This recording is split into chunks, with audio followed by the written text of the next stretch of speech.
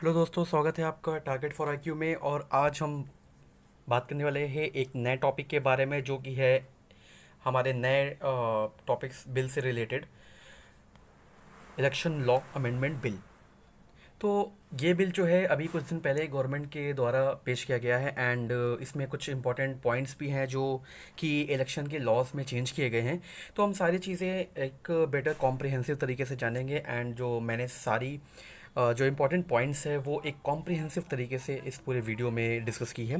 And हम सारे points पे बात करेंगे जहाँ जहाँ जो वर्ड्स भी है क्लैरिटी नहीं है या फिर क्या इंपॉर्टेंट आर्टिकल्स है इलेक्शन कमीशन को लेकर के सारी चीज़ क्या जाए, उनके सेटअप, उनका जो स्ट्रक्चर है, उसके बाद इस बिल में क्या क्या इंपॉर्टेंट बातें हैं, उसके बाद क्या डिस्प्यूट्स है। तो इन सारी बातों पे हम लोग डिस्कशन करेंगे और एक बहुत ही क्रिस्प समरी पे डिस्कशन करेंगे ताकि आपका एक कम टाइम में आपके अच्छा पूरा टॉपिक एक बेटर तरीके से तैयार हो जाए। ठीक है, तो इस वीडियो को शुरू करने से पहले मैं आपसे रिक्वेस्ट करूंगा, इस वीडियो को आप पसंद करते हैं तो इस चैनल को लाइक करें, इस वीडियो को भी लाइक करें और सब्सक्राइब करें एंड ताकि हमें एक इंकरेजमेंट मिलता रहे ताकि हम आपको लिए एक नए नए टॉपिक्स पे वीडियो बनाते रहे। ठीक है, तो फर्स्ट ऑफ ऑल हम लोग बात करते हैं, जो टॉपिक है हमारा वो है election law amendment bill pay.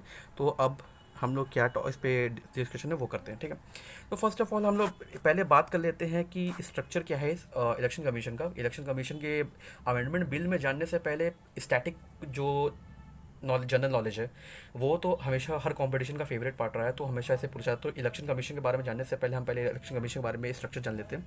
तो बेसिकली इलेक्शन कमीशन जो है इंडियन कॉन्स्टिट्यूशन का जो पार्ट 15 है वो इलेक्शन कमीशन के बारे में डील करता है, इलेक्शंस के रिलेटेड डील करता है।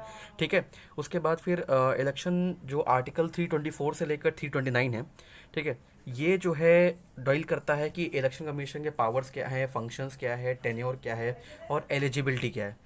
ठीक है, तो ये सब सारी बातें जो है इस पूरे स्ट्रक्चर में की गई है। उसके बाद जो है इलेक्शन कमीशन जो है इनिशियली मैं आपसे अगर बताऊं तो ये पहले multi this single member body था इनिशियली।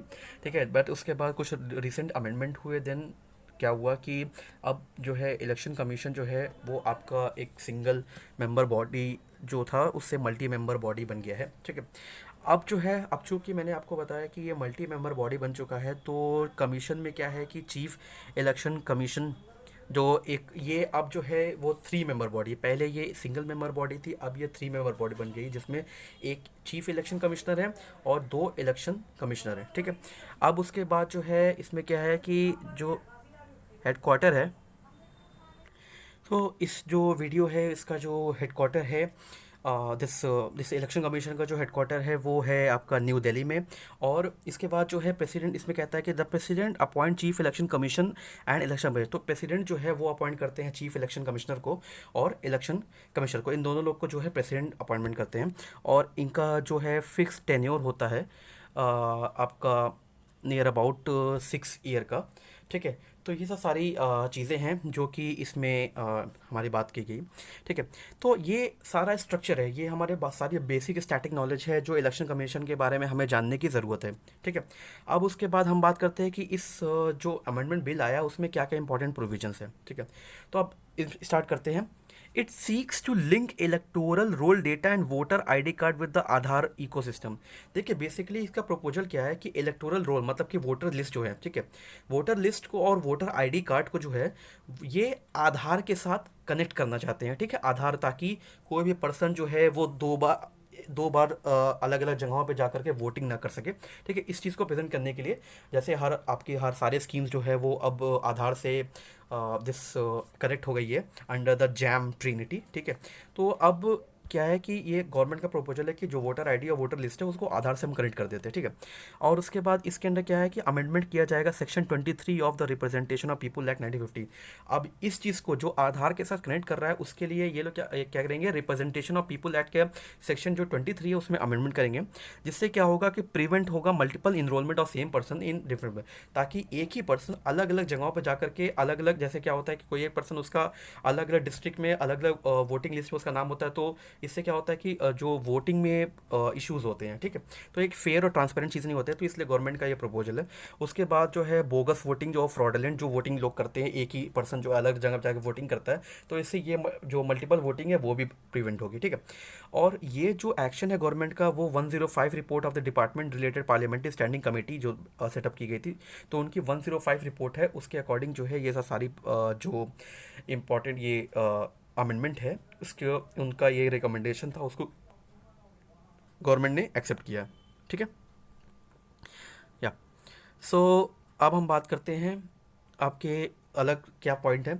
उसके बाद ये कई बार ऐसा होता था कि जो इम्पोर्टेंट जो इस बिल में जो इम्पोर्टेंट अलग दूसरे जो प्रोविजन है उसके अंडर किया है, कई बार ऐसा होता था कि आप अगर कई बार छूट जाते थे, जैसे कोई भी पर्सन है, यदि मान लीजिए कि वो 1 फरवरी को 18 कन्वर्ट हो रहा है, ठीक है, टर्न ओवर अप हो रहा है, तो अगर उसको फिर अगले साल उसको अप्लाई करना होगा जब वो 19 हो जाएगा, ठीक है, लेकिन वो जिस साल 18 हो रहा है वो उस साल वो अप्लाई नहीं कर सकता, क्योंकि जो वोटर बनने की जो डेट है वो अभी तक 1 जनवरी मानी जाती है, ठीक है। लेकिन अब इसमें क्या है कि नए बिल के अकॉर्डिंग जो है 4 क्वालिफाइंग डेट दी जाएगी, मतलब 4 ऐसे मंथ हैं जिनकी 1 तारीख को आप जो है रजिस्टर करवा सकते हैं कि मैं 18 कन्वर्ट चुका हूँ और मुझे वोटर लिस्ट में आना है। जैसे कि अगर आप 1 फरवरी को अगर आपका जन्मदिन है, तो अब जनवरी तो आपका छूट गया, अब आप अप्रैल के 1 तारीख को आप जाके अपना रजिस्टर करवा सकते हैं, और उसी तरह 1 जुलाई, 1 अक्टूबर, ठीक है। तो इन चारों महीने के जो 1 तारीख है, तो उस पर आप जा करके अपना रजिस्ट्रेशन करवा सकते हैं। तो ये चारों मंथ जो है वो आपके इंपॉर्टेंट है, इसका ध्यान रखिएगा, जनवरी, अप्रैल, जुलाई और अक्टूबर, ठीक है। उसके बाद जो है उसमें वाइफ और सर्विस वोटर, जो सर्विस वोटर्स जो होते हैं, जो सर्विस वोटर मतलब ऐसे लोग होते हैं जो कि या तो आर्मी में सर्व कर रहे हैं या फिर आउट इंडियन ऑफिशियल्स के एम्बिट में किसी दूसरे देश में अगर सर्व करे, तो उनकी वाइफ्स जो है, पहले ये वर्ड था कि सर्विस वोटर्स जो है जो बाहर सर्व करे या आर्मी सर्व करे, उनकी वाइफ्स जो है वो वोट दे सकती है, बट अब उसको लैंग्वेज को चेंज कर दिया गया कि स्पाउस, अब वाइफ की जगह स्पाउस कर दिया जाए, ताकि इसको जेंडर न्यूट्रल रखने की कोशिश की गई है, ठीक है। तो ये जो है बात की गई है कि इसमें ये सारे इश्यूज जो हैं इसमें शामिल हैं, ठीक है। अब हम बात करते हैं इसमें कंसर्न्स क्या है, कंसर्न इश्यूज़ क्या है। कि बेसिए पहले बात तो ये है कि आधार को जो है वो वॉलंटरी माना जाता है, ठीक है। ऐसा मैंडेटरी नहीं है कि हर कोई अपना आधार का सिस्टम जो है वो रजिस्टर करवा के रखा है। कुछ लोग हैं जो आधार का पोजीशन में है और उनका कहना है कि आधार जो है प्राइवेसी को वॉलेट करता है, ठीक है। तो उसके बिहाफ पे ये चीज़ बोली गई कि सुप्रीम कोर्ट ने पहले बोला है कि आधार सबके लिए मैंडेटरी है, लेकिन अगर आप वोटिंग को कनेक्ट कर देंगे आधार इको सिस्टम के साथ, फिर तो आपको आधार सबके लिए मैंडेटरी हो जाएगा, और ये सुप्रीम कोर्ट की जो रूलिंग है उसके अगेंस्ट जा रहा है, ठीक है। तो अगर आप मैंडेटरी कर देंगे आधार वोटर लिस्ट और आधार को कनेक्ट करने के लिए, देन ये आपके अगेंस्ट चला जाएगा, और ये सुप्रीम कोर्ट के जो रूलिंग है उसका क्लियर वॉलेशन है, और ये इसलिए ये एक्सपर्ट ने साइड किया है कि दिस इज़ समथिंग प्रॉब्लमेटिक, ठीक है। अब उसके बाद कहता है कि डेटा प्रोटेक्शन लॉ के बारे में बात की गई। अब डेटा प्रोटेक्शन लॉ मतलब क्या, कि देखिए गौर आधार में जो भी आपका डेटा है, जो फिंगरप्रिंट लगी है, जो थंब प्रिंट लगी है, जो रेटिना का जो डेटा लगा है, उसकी प्रोटेक्शन के लिए गवर्नमेंट उसको मिसयूज़ ना करे या फिर किसी भी इलीगल पर्पज़ के लिए उसको यूज़ ना करे। उसके लिए जो है एक्सपर्ट का कंसर्न है कि इंडिया में डेटा प्रोटेक्शन लॉ है नहीं, ठीक है। अब हम इसे रेगुलेट कैसे करेंगे कि गवर्नमेंट किस लिए यूज़ कर रही है, किस हिसाब से यूज़ कर रही है, और इसमें निगरानी कौन रखेगा। तो इसके लिए कोई हमारे पास कोई परफेक्ट सेटअप नहीं है, ठीक है। तो इसको लेकर के एक्सपर्ट्स ने ये कंसर्न साइट किया है कि अब जो है इस पे हम लोग कैसे डील करेंगे। तो ये जो बात है वो एक्सपर्ट्स ने साइट किया है कि अब ऐसा है कि चूँकि पिछले कुछ दिनों में KS Puttaswamy versus Union of India में सुप्रीम कोर्ट ने भी एक अपनी बात काफ़ी जाहिर की है कि प्राइवेसी जो है वो फंडामेंटल राइट है, ठीक है, और इसको अनरीजनेबल और अनजस्टिफाइड मैनर में आप वॉलेट नहीं कर सकते।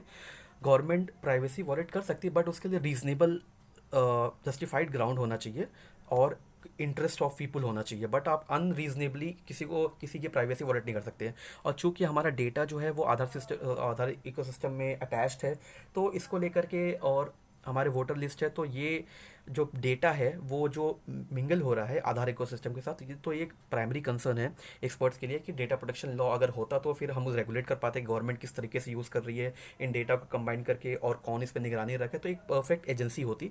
तो ये एक्सपर्ट्स ने अपनी प्रॉब्लम्स जो शो की है।